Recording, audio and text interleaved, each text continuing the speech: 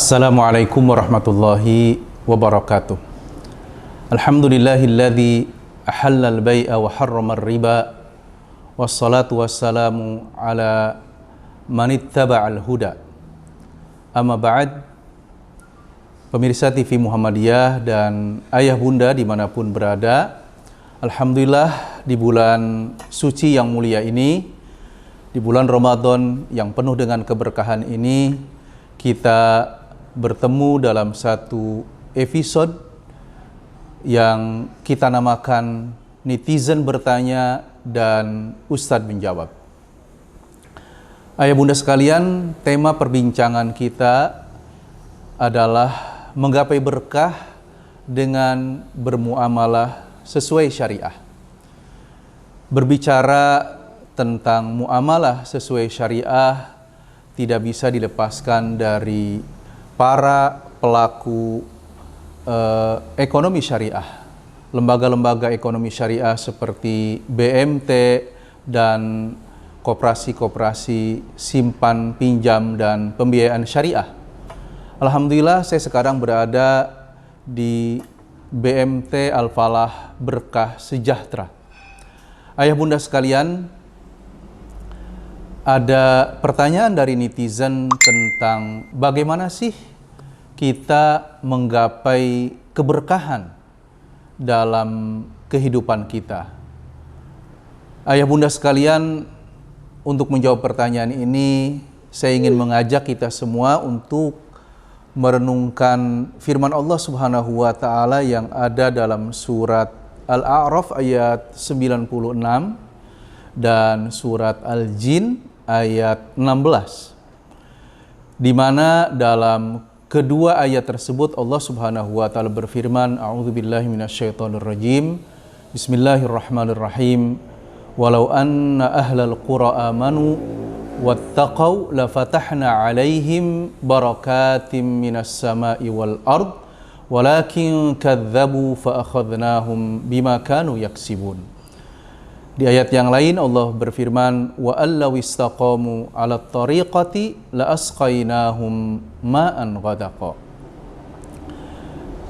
Dengan kedua ayat ini Allah Subhanahu wa Ta'ala berpesan kepada kita, jika satu komunitas, satu penduduk negeri, satu kelompok masyarakat beriman dan bertakwa kepada Allah Subhanahu wa Ta'ala, maka kata Allah memberikan garansi, memberikan jaminan.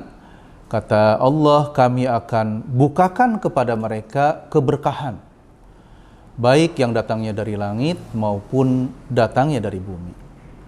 Dalam surat Al-Jin lebih lanjut Allah katakan, seandainya mereka beristiqomah, memiliki komitmen yang kuat terhadap aturan Allah Subhanahu wa Ta'ala dalam kehidupan mereka, kata Allah, la asqainahum ma'an ghadaqa. Niscaya kami, kata Allah Subhanahu wa Ta'ala, akan curahkan kepada mereka nikmat yang banyak, keberlimpahan rizki dalam kehidupan mereka. Dari kedua ayat ini kita bisa menarik kesimpulan bahwa syarat yang harus kita penuhi agar kita memperoleh curahan keberkahan dari Allah Subhanahu wa Ta'ala di semua lini kehidupan kita adalah, pertama, kita harus beriman kepada seluruh janji Allah Subhanahu wa Ta'ala. Kemudian yang kedua, kita harus bertakwa kepadanya, ya, dengan melaksanakan semua arahannya, semua perintahnya, dan menjauhi segala larangannya. Yang ketiga, kita harus memiliki komitmen yang kuat, istiqomah di jalan Allah Subhanahu wa Ta'ala. Karena bisa jadi dalam upaya kita melaksanakan ketaatan kepada Allah, ketakwaan kepadanya, terkadang kita jatuh bangun, terkadang kita merasakan kegetiran, terkadang kita merasakan ketidaknyamanan.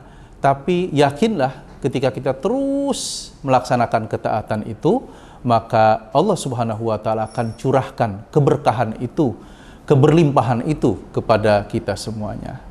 Dan terakhir, syarat yang keempat yang juga harus kita penuhi adalah kita harus berilmu, ya, tentang bagaimana kita menjalani hidup ini sesuai dengan syariat Allah Subhanahu wa taala. Kita harus punya pemahaman dalam agama kita, ya. Yang ini merupakan pesan juga dari Rasulullah Shallallahu alaihi wasallam. Kata beliau, "May yuridillahu bihi khairan yufaqihu fiddin." Barang siapa yang dikehendaki oleh Allah Subhanahu wa taala menjadi orang yang baik dalam pengertian yang seutuhnya, ya, baik dalam pengertian yang seutuhnya, maka Allah berikan kepada hamba tersebut pemahaman yang benar, pemahaman yang baik, pengamalan yang baik terkait dengan ajaran agamanya, syariat Allah Subhanahu wa taala. Nah, hari ini sekalian, tentunya fikih, pemahaman yang baik dalam bab agama ini itu menyangkut dua fikih besar yang harus kita miliki. Para ulama kita, ayah bunda sekalian yang berbahagia, pemirsa TV Muhammadiyah, ada dua fikih atau dua pemahaman yang harus kita pahami dengan benar, kita amalkan dengan benar dalam kehidupan kita. Apa itu? Pertama, fikih ibadah, dan yang kedua, fikih muamalah. Saking sedikitnya fikih ibadah ini, ulama kita mengistilahkannya dalam memahami ibadah ini, kata beliau, kata mereka, al-aslu fil ibadati al-man'u wat tahrim, awit tahrim. Bahwa hukum asal dalam ibadah itu adalah terlarang, adalah haram, kecuali yang disyariatkan oleh syari, yaitu Allah Subhanahu wa taala. Maka dalam ruang ibadah ini, dalam fikih ibadah ini, kita tidak memiliki ruang inovasi, ruang kreativitas, ngarang-ngarang sendiri terkait dengan ibadah. Ibadah itu seluruhnya given, datangnya dari yang dicontohkan oleh Rasulullah Shallallahu alaihi wasallam. Maka sholat subuh di zaman Rasul, jumlah rakaatnya sama juga dengan sholat subuh di zaman kita sekarang. Jadi nggak bisa kita bikin kreativitas karena problema kita lagi banyak, kita lagi penat, sholat subuhnya jadi 5 rakaat, ya, supaya jadi ringan. Nggak bisa. Sholat subuhnya harus tetap sama. Demikian ayah bunda, dan insya Allah nanti akan kita lanjutkan setelah sesi berikut.